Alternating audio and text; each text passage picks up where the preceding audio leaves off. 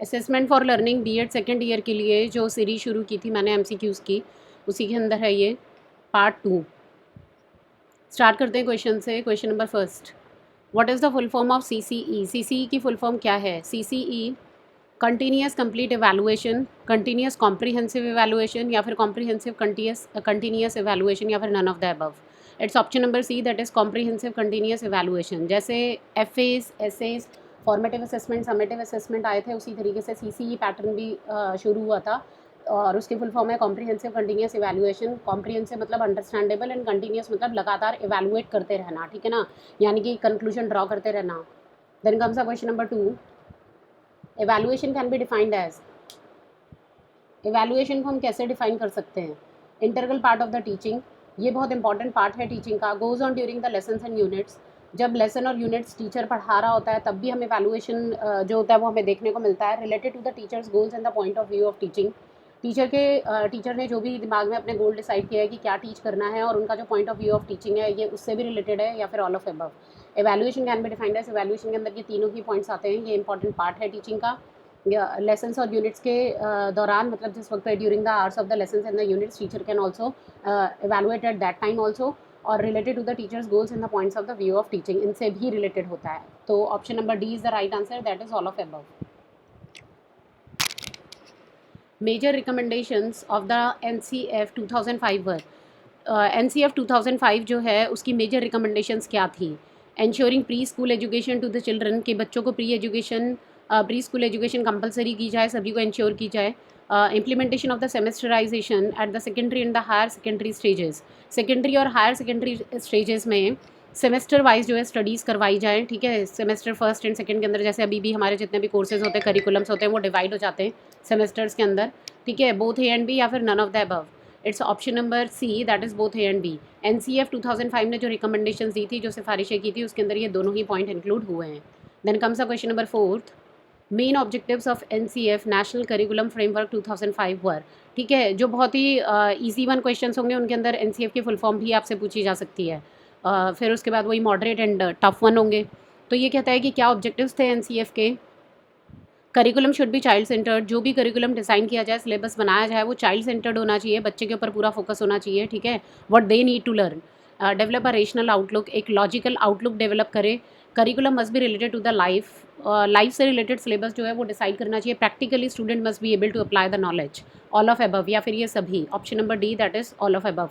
ये तीनों ही चीज़ें जो थी एनसीएफ के अंदर डाली गई थी।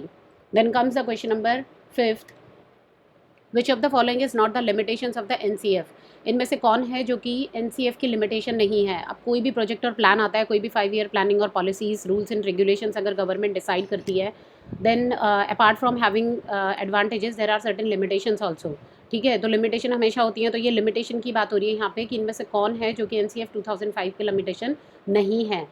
Option number A, promotes the theory of the inclusive education, वो इंक्लूसिव एजुकेशन की थ्योरी को प्रमोट करता है, ठीक है। इंक्लूसिव एजुकेशन मैंने पीछे वीडियोस में डिस्कस किया है कि इंक्लूसिव एजुकेशन हमारा पूरा एक सब्जेक्ट है, ठीक है। तो उसे एक बार आप गो थ्रू कर लीजिए। Then option number B, unrealistic in the projecting constructivism है ये, ठीक है। ये स्पेलिंग थोड़ी सी मेरे से राइटिंग एरर हो गई है, इट्स नॉट कंस्ट्रक्टिव, कंस्ट्रक्शनिज्म मतलब TIVISM है वो, ठीक है।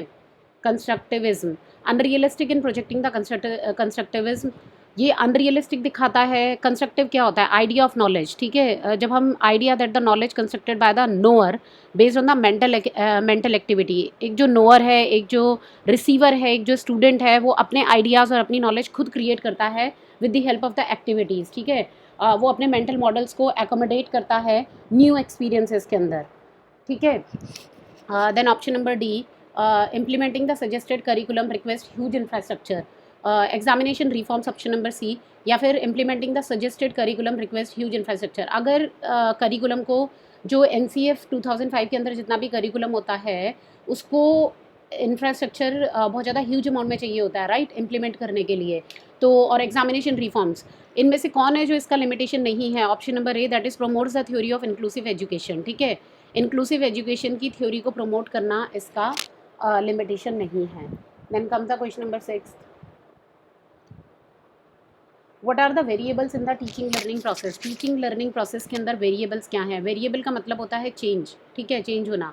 Dependent variable, independent variable, intervening variable, या फिर ऑल ऑफ अबव। कौन सी ऐसी चीज़ें हैं जो कि टीचिंग लर्निंग प्रोसेस को चेंज कर देती हैं, ठीक है। ऑल ऑफ अबव, ये तीनों ही टाइप्स ऑफ वेरिएबल हैं टीचिंग लर्निंग प्रोसेस में। Then come the question number 7th, when the teacher brings desired change in the behavior of the pupil, which type of the variable is this? तो ये किस तरीके का variable है?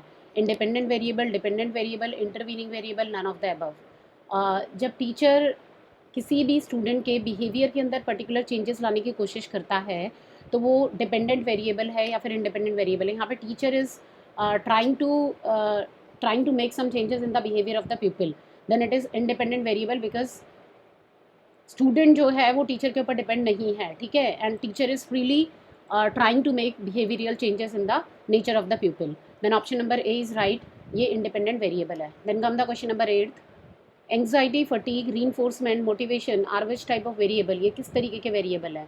Anxiety बहुत ज़्यादा गुस्सा होना, फटीग मतलब means when you get tired easily, reinforcement किसी भी चीज़ को अप्लाई करना, मोटिवेशन पता ही है आप लोगों को। Are which type of the variable, ये किस तरीके के वेरिएबल है? डिपेंडेंट है, इंडिपेंडेंट है, इंटरवीनिंग है या फिर none of the above? All these variables are intervening, यानी कि इंटरफेरेंस, इनकी वजह से टीचिंग लर्निंग प्रोसेस के अंदर हमेशा इंटरफेरेंस होता है। But it's not always the negative one, it can be the positive one also, ठीक है। Motivation is a positive one, it's every time it's not the negative one.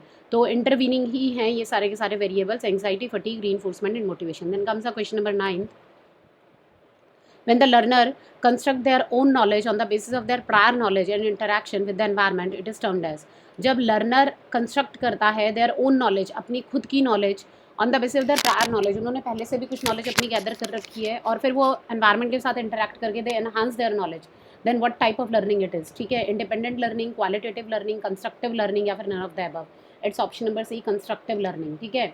अपने आप जो भी हम एनवायरनमेंट से सीखते हैं, सोसाइटी से सीखते हैं और अपनी प्रायर नॉलेज के अंदर उसको ऐड ऑन करते हैं, then it is termed as constructive learning. Then comes the question number 10th, in teaching process pupil is dependent on, ये प्यूपिल के बाद आईडी नहीं है, इट्स IS, ठीक है। Is in the teaching process pupil is dependent on the teacher plan organisation, his teaching skills, strategies, teaching aids etcetera, ठीक है।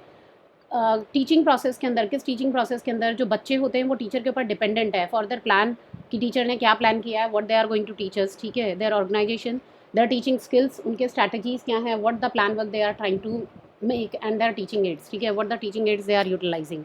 It is independent variable, dependent variable, intervening variable या फिर none of the above? It's option number, एक second, teaching process है ना, dependent on the teacher, yes it is dependent variable, ठीक है। Completely the student is dependent on the teacher and therefore it is dependent variable. Option number B is the right answer. So friends, these were the 10 questions for today, and soon I will upload the next video. Keep on preparing for the exams as 26th is not so far. Please like, share and subscribe with the others also who are the needy ones. Thank you.